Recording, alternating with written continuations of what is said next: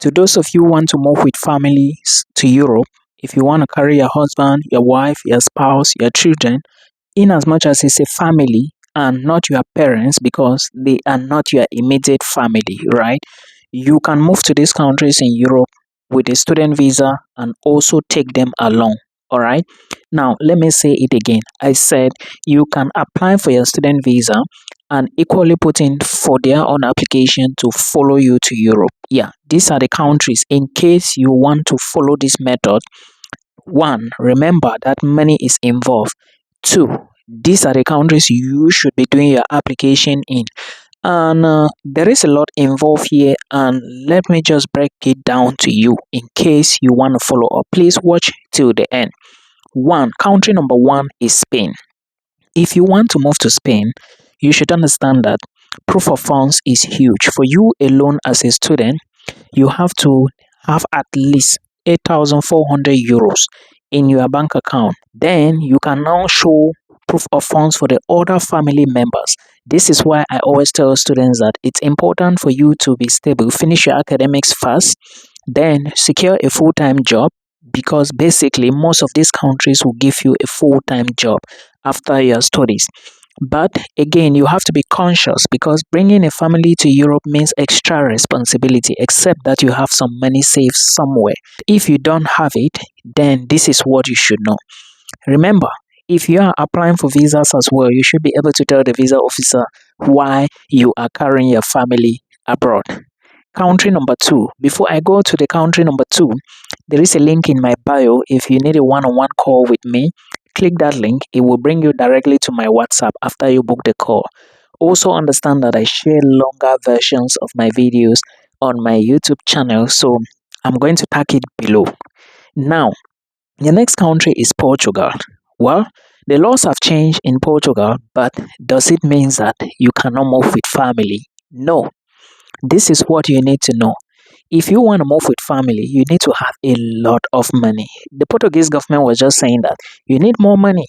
That is it, because like I told you, bringing family abroad is extra responsibility. If you are a student and you are managing your one room and you want to bring your husband and your two children or one kid, it means you need to get it 1+1 or a 2+1, something bigger. You understand?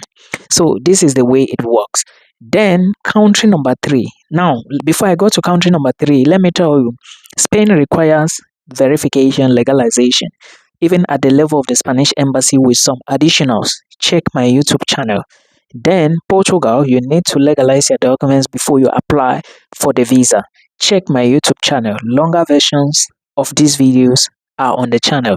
Country number three is Iceland, and you can also move with family to Iceland. Admissions is open in Spain already for 2026. Admissions is open in Portugal, not open yet, sorry. It will be available, like the portals of most universities will be opening around February, March, but by then some will be closed. So if you want to apply to private, check right away. Now, for Portugal, it's the same thing.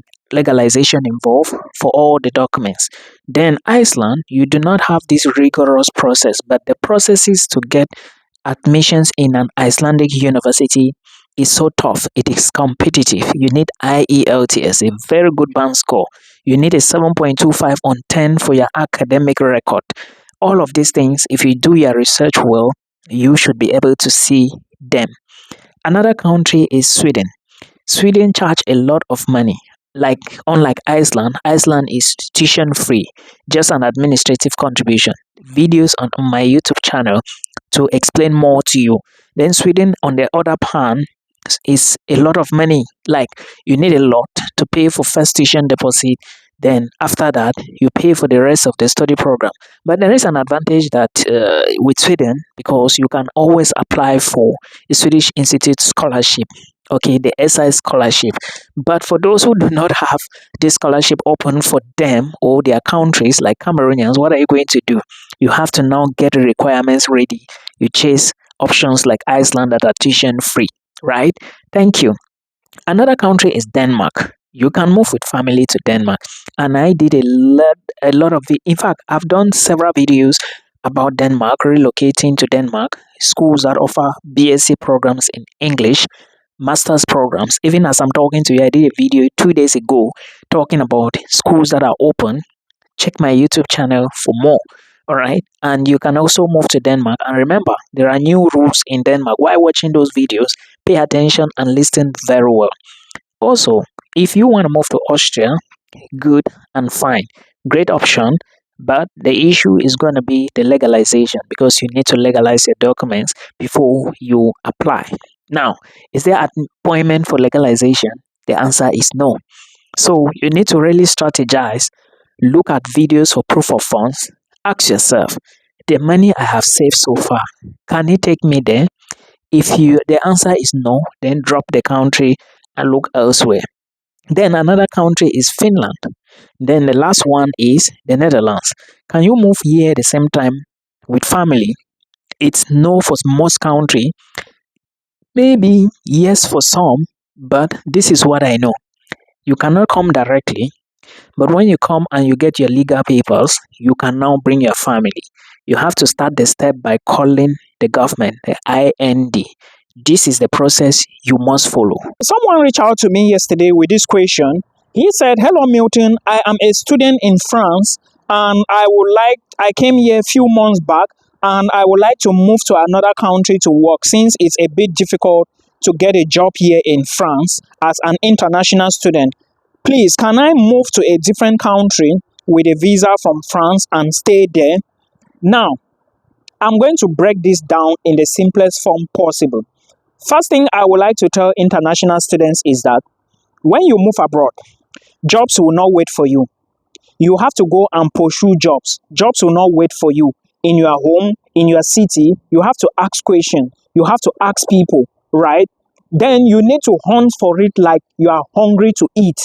I hope you understand, of course. If you do not have a job, you will always need food. So what are you waiting for? You need to hunt for it in order to get money to buy food, right? Now, this person, I understand most of you do not know. A student visa to France or any other Schengen country is quite delicate. It is the best visa, but if you do anyhow and listen to certain people, you will get yourself into trouble. Now, he is saying, let's stay focused. He is saying that he has a student visa to France, and because of the job situation, I do not know what is happening in France. I don't know what he is doing. I don't know if he's been checking and cannot get, because me, I cannot be in France and I don't work. That is a fact. Now, if you take that student visa to France, let's take for example, and enter into any other EU country or Schengen zone or European Union, any country, right? That visa was not given to come to that country. Get me right.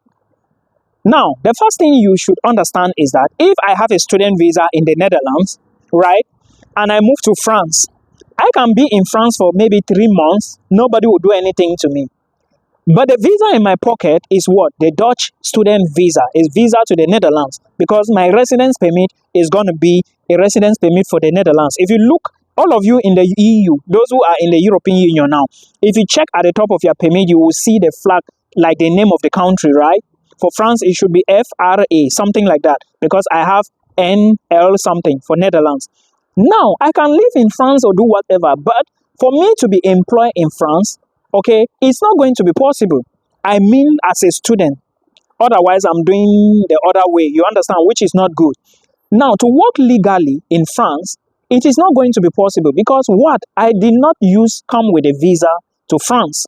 I came as a student to the Netherlands. But the residence permit I have is a residence permit for the Netherlands and not France. You understand? So the only thing I can do in France is to visit, come back, visit, go on tours, visit, but to work legally is not going to be possible. I mean legally, it's not going to be possible. But if you come in with a Schengen visa, right, you can also visit France, but you cannot work. In the last week, I addressed something here that happened in Germany. Someone came into Germany with a Schengen visa and went to look for a job in the supermarket. When they told her she cannot work, she started arguing, which she was wrong. She didn't do her research. Probably maybe an agent was lying to her. So a student visa in France, Portugal, Belgium, Netherlands cannot work in Spain. A student visa in Spain, Hungary, Switzerland, Denmark cannot work in the Netherlands. You know why? Because of those laws. First, let me tell you something. To work in the Netherlands as a student, you need to have certain criteria. You need to have a residence permit, you need to have a house contract, you need to have a BSN number, you need to have a running bank account. Now, with a student visa from France, will you be able to open these things or to create these things or to get these documents here? No, it's not possible. So if you want to work in France, maybe, or in another EU country, I'm talking to the person who posed this question, you can only do maybe things you understand, which I don't encourage. Now, or you move to that country and change your visa. To change the visa from what to what? You cannot even change the visa in the Netherlands. You have to apply for a school in the Netherlands before you can move to the Netherlands and work. And now you are coming to the Netherlands as what? As a student. Then you can now stay here and work. This is the way it works. Any other way will not help you. This is just the truth, guys. So please, nobody should fool you and tell you otherwise, because it's going to be detrimental. Think about it. If I were you, I will hustle more and find a job. Definitely, there should be jobs in France. It's just that because you are new, you still don't know the in and the out or places to enter. But I'll advise you, if you are new, use your mouth. I noticed that some people do not know how to use their mouth. You cannot go to a place new, you don't know anything, and you meet people, you don't talk to them. Talk to even the French people. Ask them for jobs. Show them your CV. Tell them you are just new and you need a job. You are legal. You have a student visa, which means you can work part-time. So please put this into consideration. It's so important. Okay, don't listen to people who do not know what they are doing, because definitely you might meet some people who came through Aduro. All right, Aduro is not bad. Everybody choose their path, but don't listen to such people, because most of them, they do not understand what genuine immigration is. All right. Then again, read more on the university's website. You might even find study opportunities or part-time jobs opportunities on your school website. And equally, check the French immigration website for details. Let's talk about this question today, so that if you belong to this category of people who always have doubts about relocation, moving abroad, and studying abroad opportunities, you can always have faith, okay, with me. Like I always tell you guys here we teach people on the impossible. When I say the impossible, I'm talking about you have to understand that without you doing it, or maybe without you taking action, nothing is going to be done. Okay, so you have to stand up and start doing the work right now. Let's take a look at this question and see. The person said, "Good morning, Milton. Please, can someone with 3.37 on 5 GPA be qualified for a partial scholarship?" Yes, you can be qualified for a partial scholarship, but it just depends on the scholarship and the country and how many people applied for the scholarship and how your application is. The stronger your application, the better for you. Now, it all depends on the scholarship, because I do not actually understand what scholarship you are talking about. But again, it is possible. So, how do I talk to you, please? Good evening, sir. I want to join your route. I do not know if you're talking about study route, but if that's what you're talking about, then you can always maybe make an appointment with me. We talk about that. Then maybe I can advise you, because for now, I do not know what you want. Then another person said, "Hello," and left. And again, let's talk about this. Please, can I use HND to apply for bachelor's? Of course, HND is already an advanced version of your high school, like it's above high school qualification. Because normally, if you want to apply for any universities across the globe, you have to be using your high school certificate. For Cameroonians, is O and A levels. Then for Nigerians, is WAEC. For Ghanaians, is WASI. Okay, to apply for bachelor's. But immediately after high school, you have gone further to get HND, which is higher national diploma or something like that. Now, you already qualify to go in, because normally, if you had done HND again for 1 year and then you do degree, you would have had a bachelor's degree. But right now, you didn't do it. So, no university is going to accept you for master's studies, right, with HND. Well, there are a few exceptions where I see many of my people saying they were accepted with HND. But again, it is outstanding results that will speak for you. Okay, it is not just the HND. Outstanding results and what you can do can speak for you to qualify.